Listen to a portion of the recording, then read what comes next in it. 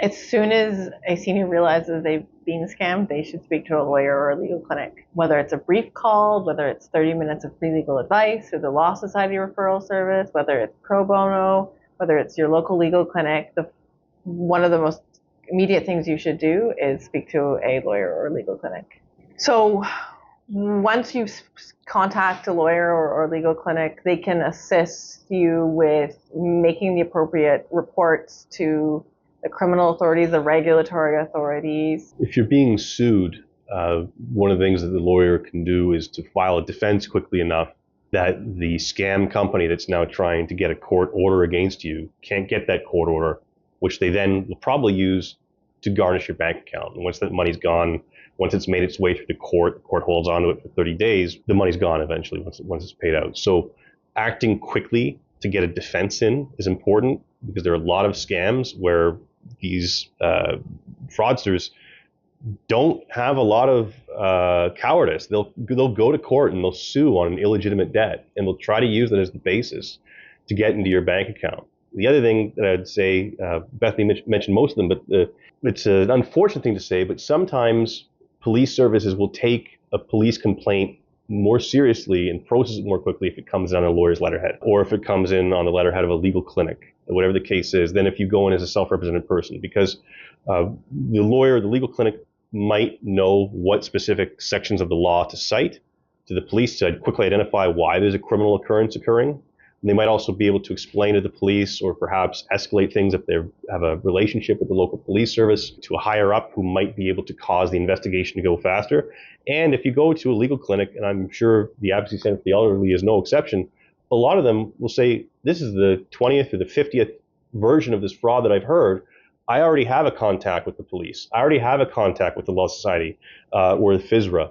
And I can contact them very quickly and alert them. I already have somebody I can speak to. I don't have to go in through the intake process and wait a number of weeks to get this processed.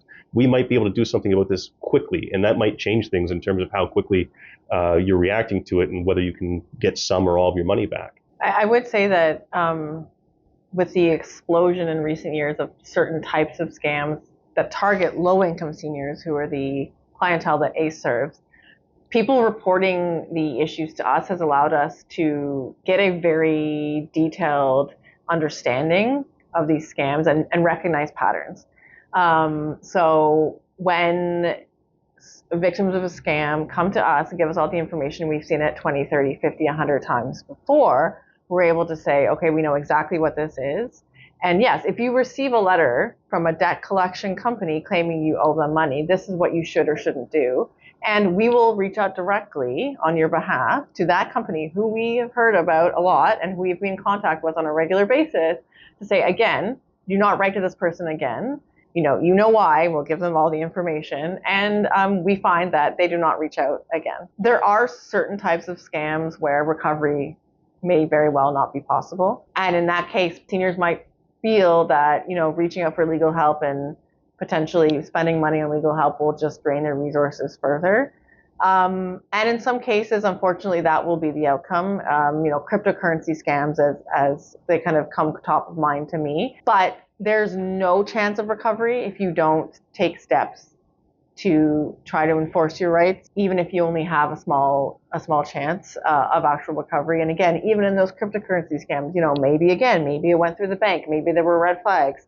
There's always an option, and even just having an initial consult, which won't be very expensive, or in many cases might be free, will allow someone to give themselves an idea of what potentially they might be able to do, and then make an informed decision. So there's so many different kinds of frauds, and there are different kinds of red flags. But the one that I see a lot that I mentioned previously is these white knight schemes, where somebody shows up to say that they're going to save you from liens on your home or collections calls that you're receiving. And the first thing that you should ask is, how does this person even know that I have a lien on my home? Because you have to search each individual address to figure that out, and it costs money. So unless there's somebody out there searching each individual address, then they must have gotten my information and the fact that I'm a victim of a fraud some other way, which means somebody gave them the list.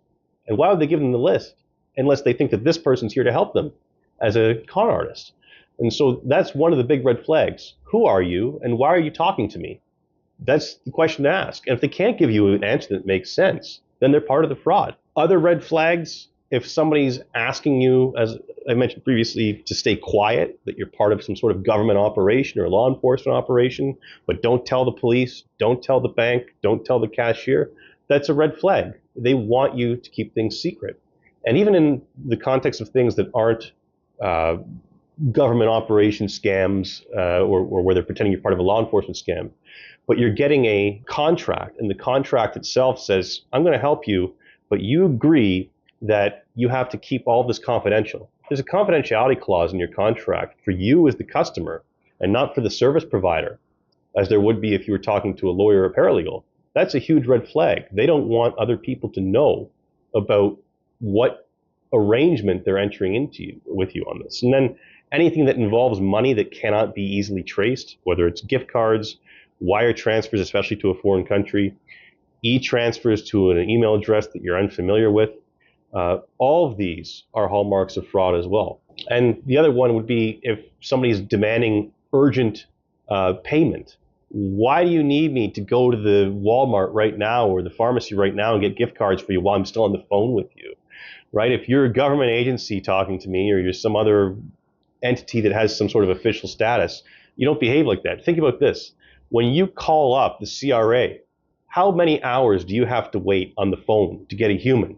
But now you have a human calling you personally, telling you, I'm going to stay on the phone with you. They must have huge resources for that. That's a red flag to tell you you're not talking to a government worker. And I would add on to what Marty said is that what I tell people, especially people who've been the victims of door-to-door sales fraud, is, did you invite that person to your home? No? Then do not answer the door. Did you expect a call from someone because you set up an appointment? No, they're calling you out of the blue. Do not answer that phone. Because that's how they get you, right? They get you because they reach out to you. You're not reaching out for a service. It's perhaps a service or a good that you were not interested in whatsoever. And I don't care if they tell you it's going to be free and you're going to get a rebate. Say no. The other part, again, as Marty mentioned, like if they're spending a lot of time with you, but also making it seem like it's urgent. If they're going to go to the bank with you to get the money to pay for their services, that's a huge red flag. No service provider should ever be doing that. Expecting you to pay everything up front. And we see that in these roofing scams. They come to your house, they go to take a look at your roof because you were just going to get a couple shingles, and they go up there and they say, oh my God, the whole roof needs to be replaced. You need to pay me $50,000 right now. Don't do that. That's a big red flag. Don't pay up front for the service. And this false sense of emergency that they've created for you, get a second opinion. That's the other thing. They say you need a good or a service urgently. You say, well, thank you for your opinion. I'm going to hire, this guy I know down the road who has a shop over there, and he'll come take a look, and then I'll let you know if I'm interested in your services.